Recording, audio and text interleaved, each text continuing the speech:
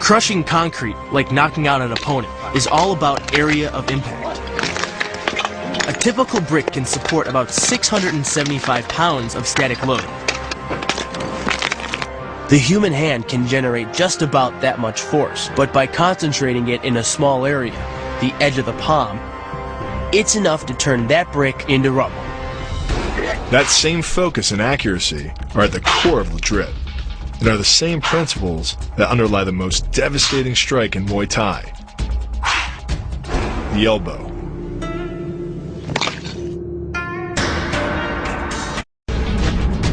The kick's power comes from the snap of the knee.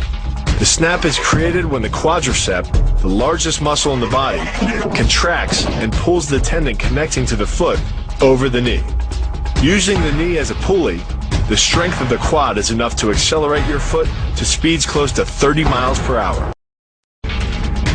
It's aimed at the largest gland in the human body, the liver.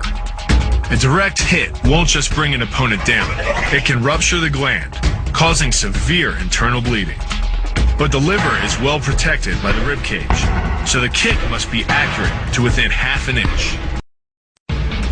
This move uses the same principle as a throw in judo, off-balancing your opponent and then using his momentum to send him down. But it's much more aggressive. The sweep here is actually a strike to one of the most sensitive areas of the body, the Achilles tendon. The axe kick draws its power differently than most kicks. Once your foot reaches the apex above your opponent's head, your body's momentum, combined with the ease of downward acceleration due to gravity, can reach speeds over 20 miles per hour. That's enough to generate more than 550 pounds of force at the point of impact, easily breaking the nose or shattering the clavicle.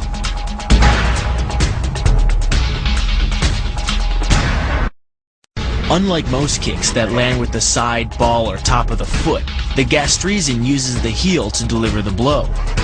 This alignment of the heel, ankle, lower leg complex channels some 2,000 pounds of force into the opponent.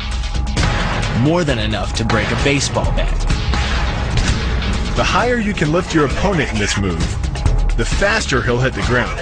It's not just your force working against him. His acceleration due to gravity can mean his head hits the ground with a 3,500-pound impact. On a hard surface like concrete, this is more than enough to cause a serious brain injury. First, the opponent's arm works as a lever to optimize your control. Second, your own back serves as a pivot point for the throw.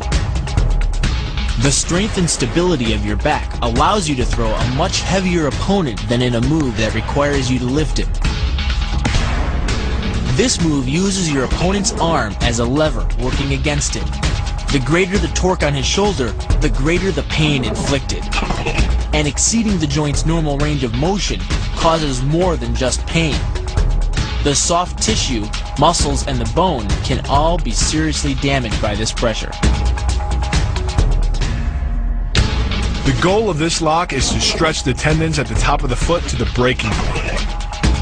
The strongest tendons have a tensile force threshold of just over 400 pounds. Applying any more pressure than that can tear the tendons from their base or snap them in two.